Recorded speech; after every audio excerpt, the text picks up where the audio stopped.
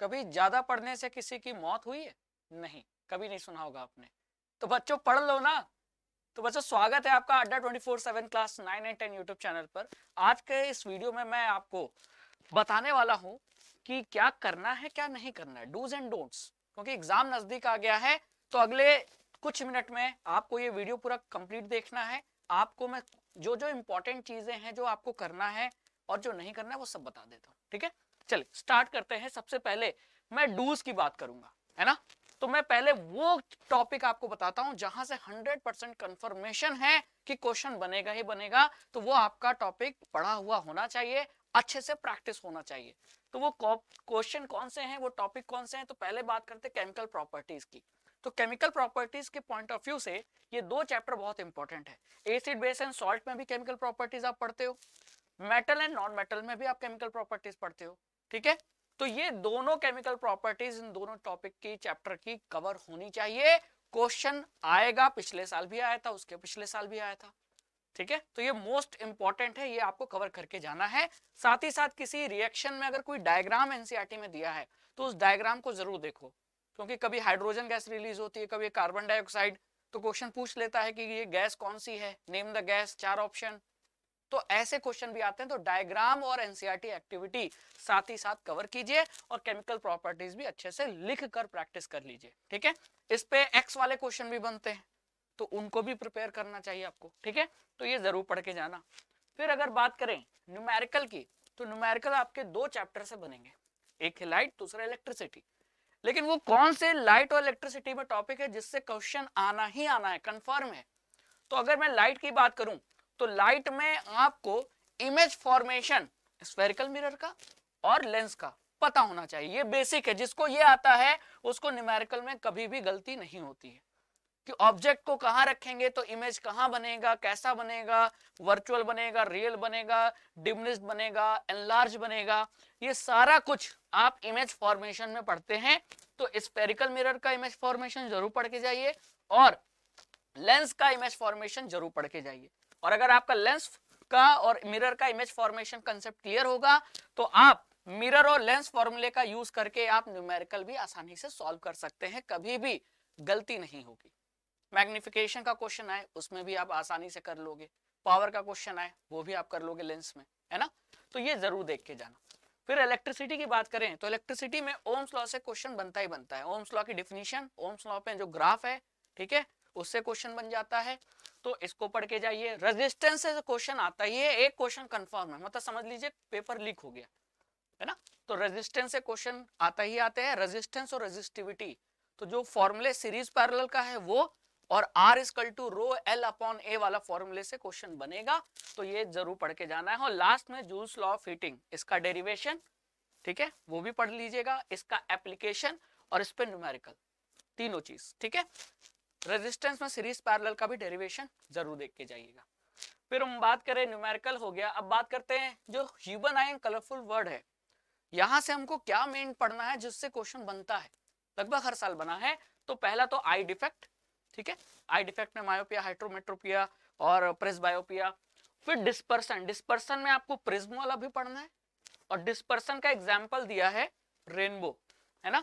यहां भी डिस्पर्सन होता है, बस प्रिज्म की जगह यहां डिस्पर्सन किसके वजह से होता है रेनबो में, पानी के जो वाटर मॉलिक्यूल्स हैं जो हवा में होते हैं, पानी की बूंदे, उनके वजह से। तो इसको जरूर पढ़ के जाइएगा। ये दो टॉपिक अगर आपने पढ़ लिया तो इस चैप्टर से आपका सिलेबस ओवर हो गया, है ना। मतलब और भी टॉपिक है लेकिन ये ज्यादा इंपॉर्टेंट है। क्लियर। फिर अगर बात करें magnetic effect of electric current, तो इसमें मैं 3 टॉपिक बता रहा हूं, इससे क्वेश्चन बनता है। पहले तो properties of magnetic field lines, ठीक है, वो पढ़ के जाइएगा। बार मैग्नेट का मैग्नेटिक फील्ड लाइंस का पैटर्न जरूर देख के जाइएगा। फिर magnetic field pattern of straight current carrying conductor and solenoid, और सोलेनॉइड में इलेक्ट्रोमैग्नेट पढ़ लीजिएगा। और फिर लास्ट में आता है फ्लेमिंग लेफ्ट हैंड रूल। तो ये जरूर पढ़ के जाइएगा कि फ्लेमिंग लेफ्ट हैंड रूल से कैसे हम फोर्स का डायरेक्शन निकालते हैं, उस पर क्वेश्चन आता है ना। डायग्राम भी आ सकता है, फ्लेमिंग लेफ्ट हैंड रूल बताकर पूछेगा थंब क्या बता रहा है, फोर फिंगर क्या बता रहा है, किसका डायरेक्शन बता रहा है ना। तो ये आपके मेन टॉपिक थे, बात समझ में आ गई। अब वैसे तो मैं मेनली फिजिक्स और केमिस्ट्री का फोकस कर रहा था, शिप्रा मैम का तो एक वीडियो आया होगा जिसमें उन्होंने बताया होगा क्या पढ़े क्या ना पढ़े, लेकिन फिर भी जाते जाते बायो में एक बहुत इंपॉर्टेंट टिप दे के जा रहा हूं। बायो में जो डायग्राम आते हैं वो डायग्राम के पॉइंट ऑफ व्यू से ये 2 चैप्टर बहुत इंपॉर्टेंट है। लाइफ प्रोसेसेस, इसमें हार्ट का डायग्राम है ना, लंग्स का डायग्राम, फिर इसमें किडनी और यूरेटर और वो ह्यूमन एक्सक्रीटरी सिस्टम वाला डायग्राम, ये डायग्राम बहुत इंपॉर्टेंट है। ठीक है, फिर हाउ डू ऑर्गेनिज्म रिप्रोड्यूस में male reproductive system, female reproductive system, flower का डायग्राम, पॉलन जर्मिनेशन वाला डायग्राम। ठीक है, ये बहुत इंपॉर्टेंट है। क्लियर? तो अगर आपने ये 2 चैप्टर डायग्राम के पॉइंट ऑफ व्यू से कवर कर लिया तो आपका मतलब डायग्राम का कोई क्वेश्चन गलत नहीं होगा। डायग्राम की लेबलिंग भी आ सकती है और कभी कभी लेबल करके पूछा जाता है इसका फंक्शन बताइए, है ना। तो हर पॉइंट ऑफ व्यू से आपको तैयार रहना है। डायग्राम बनाना भी आना चाहिए और बना बनाया तो लेबलिंग करना भी आना चाहिए और उस लेबल पार्ट्स के फंक्शन भी पूछ लिए जाते हैं। तो इस तरीके से आपको ये कवर करना है। ठीक है, अब ये तो हो गए डूज, लेकिन डोंट्स क्या नहीं करना है। तो ये बच्चे अक्सर करते हैं, कितना भी पढ़ लें, लेकिन एक खराबी बच्चों में ये होती है, बच्चों की गलती नहीं है लेकिन क्या करें, स्ट्रेस आउट माहौल ऐसा बन जाता है कि बच्चे पैनिक हो जाते हैं। तो पैनिक बिल्कुल नहीं होना है। आपने जो पढ़ा है उससे आप अच्छा स्कोर कर सकते हो, इतना कॉन्फिडेंस रखो, है ना। आपने अच्छे से पढ़ा है, कई बार पढ़ा होगा चैप्टर को, है ना, लेकिन क्वेश्चन प्रैक्टिस पे ध्यान दीजिए, पैनिक मत होइए। दूसरी चीज, don't just read NCERT. NCERT book को बस खोल कर उसको पढ़ते नहीं जाना है, उसकी पढ़ी हुई चीजों को, जैसे केमिकल रिएक्शन आ गया, बच्चे अक्सर कहते हैं सर याद नहीं हो रहा है, तो आपने केवल पढ़ा है ना, एक पेपर लो, उस केमिकल रिएक्शन को अपने मन से लिखो और फिर बुक से एनसीईआरटी से चेक करो कि आपने सही लिखा है कि नहीं, तो आपको केमिकल रिएक्शन भी याद हो जाएंगे, कभी गलती नहीं होगी। ठीक है, और डिस्ट्रैक्शन, डिस्ट्रैक्ट नहीं होना है। ठीक है, टीवी, स्पोर्ट्स, अभी 2 महीने जब तक बोर्ड एग्जाम हो नहीं जाते बंद कर दीजिए सब। सिर्फ एक काम करना है, वो है पढ़ाई। 8 घंटा पढ़िए, 10 घंटा पढ़िए, ठीक है, लेकिन वो 8 घंटा इफिशिएंट तरीके से होना चाहिए। 2-2, 3-3 घंटे के कई स्लॉट बना लीजिए, सुबह 2 घंटा पढ़ा, फिर ब्रेक लिया, फिर 2 घंटा पढ़ा, फिर ब्रेक लिया, और ऐसे में आपके हर सब्जेक्ट पर बराबर ध्यान भी जाएगा और सिलेबस भी कवर हो जाएगा और आप फुली प्रिपेयर्ड होकर बोर्ड एग्जाम देने जाओगे। ठीक है, तो अभी डिस्ट्रैक्शन से बचना है। कोई आपका क्रिकेट, कोई भी टीवी पर तो सबसे ज्यादा, और सोशल मीडिया, फेसबुक, यूट्यूब, इसको कम चलाइए। यूट्यूब पर अगर आप वाईटी सेशन देख रहे हैं, ठीक है, उसको देखिए, लेकिन उसके बाद अगर आपने सोचा है कि नहीं मुझे अब सैंपल पेपर लगाना है, तो जाइए बैठिए 3 घंटा सैंपल पेपर लगाइए, डिस्ट्रैक्ट नहीं होना। ठीक है, और अपने हेल्थ का जरूर ध्यान दीजिए। तो ये एक छोटा सा एक प्रयास था मेरा आप लोगों को सही डायरेक्शन में बोर्ड एग्जाम के लिए प्रिपेयर कराने का। आई होप मेरी बात आप तक पहुंच गई होगी। इन बातों को समझकर इंप्लीमेंट कर लेना, आपका भला हो जाएगा। ठीक है, और आपके बोर्ड एग्जाम के सिलेबस को प्रिपेयर कराने के लिए ही हमने एक स्टेप और लिया इस साल, क्योंकि हमको पता है कि आपके बोर्ड एग्जाम में आपका हाथ पकड़ के हमको ले जाना होगा, तो आपका चलना आसान हो जाएगा। तो बोर्ड एग्जाम में सिलेबस रिवीजन के लिए हम आपके लिए स्पेशल तौर पे लेकर आए हैं टॉपर्स बैच। तो टॉपर बैच में एनरोल करके आप अपना सिलेबस का रिवीजन कर सकते हैं, हर सब्जेक्ट का।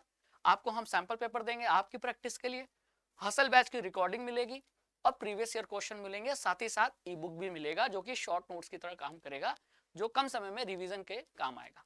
अब हसल बैच में तो आपने एनरोल नहीं किया, कोई बात नहीं, उसकी रिकॉर्डिंग मिल रही है, तो टॉपर बैच में एनरोल कर लीजिए। कैसे एनरोल करेंगे? सबसे पहले आपको अड्डा 24/7 ऐप इंस्टॉल करना है। ऐप इंस्टॉल करेंगे तो आपको कैटेगरी पूछेगा, तो कैटेगरी सेलेक्ट करना है स्कूल K-12, फिर क्लास सेलेक्ट करना है क्लास 10th।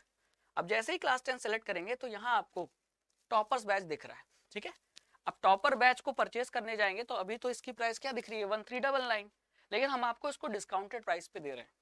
क्यों? क्योंकि एजुकेशन अफोर्डेबल होना चाहिए। अगर बहुत ज्यादा महंगा होगा तो बच्चे पढ़ नहीं पाएंगे, उनको फायदा नहीं मिलेगा, क्योंकि इनरोल ही नहीं कर पाएंगे। अब डिस्काउंट आपको मिलेगा कैसे? उसके लिए आपको कोड यूज करना है Y621, ये कोड ध्यान रखिएगा, Y621। ठीक है, और जैसे आप कोड अप्लाई करोगे तो 1399 यानी 1400 का ये टॉपर बैच आपको अराउंड 1150 का मिल जाएगा। तो अभी जाइए कोड अप्लाई कीजिए Y621। इस कोड को आप अपने फ्रेंड सर्कल में शेयर भी कर सकते हैं और इस कोड से आपको मैक्सिमम डिस्काउंट मिल जाएगा टॉपर्स बैच के लिए। तो अभी जाइए एनरोल हो जाइए, क्योंकि क्लासेस शुरू हो गई हैं, अगर आप लेट करेंगे तो क्लासेस मिस हो जाएंगी। ठीक है, तो ये था आज का वीडियो। आई होप कि अब आपके बोर्ड एग्जाम के लिए अब आप काफी ज्यादा कॉन्फिडेंट फील कर रहे होंगे। इसी कॉन्फिडेंस के साथ तैयारी करते रहिए। Thank you so much. जय हिंद।